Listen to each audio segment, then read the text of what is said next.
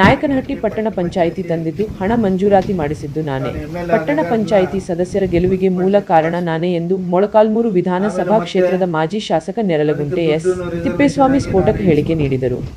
ಪಟ್ಟಣದ ಬುಧವಾರ ಸುದ್ದಿಗೋಷ್ಠಿಯೊಂದಿಗೆ ಅವರು ಮಾತನಾಡಿ, ಪಟ್ಟಣ ಪಂಚಾಯಿತಿಯ ಮಾಜಿ ಸ್ಥಾಯಿ ಸಮಿತಿ ಅಧ್ಯಕ್ಷ ಕೆ. ತಿಪ್ಪೇಸ್ವಾಮಿ ಅವರಿಗೆ ನೋಟಿಸ್ ನೀಡದೆ ಕೆಳಗಿಳಿಸಿದ್ದಾರೆ.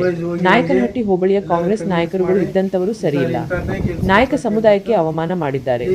ರಾಜ್ಯ ಸಂಪುಟದಿಂದ ವಜಾಗೊಂಡಿರುವ ನಾಗೇಂದ್ರ ಮತ್ತು ಕೆ.ಎನ್. ರಾಜಣ್ಣರವರನ್ನು ತನಿಖೆ ನಡೆಸದೆ ಸಚಿವ ಸ್ಥಾನದಿಂದ ವಜಾ ಮಾಡಿದ್ದಾರೆ.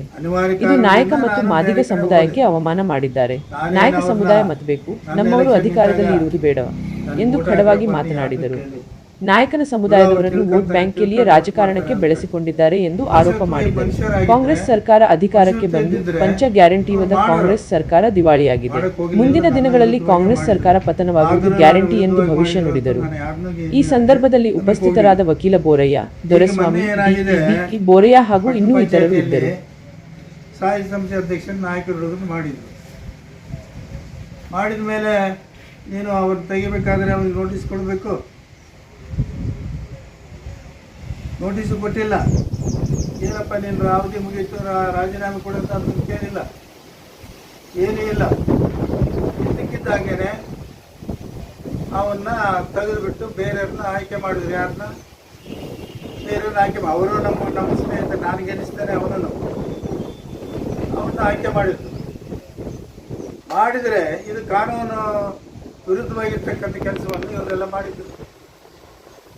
ಯಾರು ಹೇಳಿದ್ರು ನಿಮ್ಗೆ ಮಾಡಂತ? ಅಂದರೆ ನಾಯಕನಹಟ್ಟಿ ಹೋಬಳಿಯಲ್ಲಿ ಇರ್ತಕ್ಕಂಥ ನಾಯಕರೆಲ್ಲ ಕಾಂಗ್ರೆಸ್ನಾಗ ಇರ್ತಕ್ಕಂಥವ್ರು ಸರಿ ಇಲ್ಲ ಅಂತ.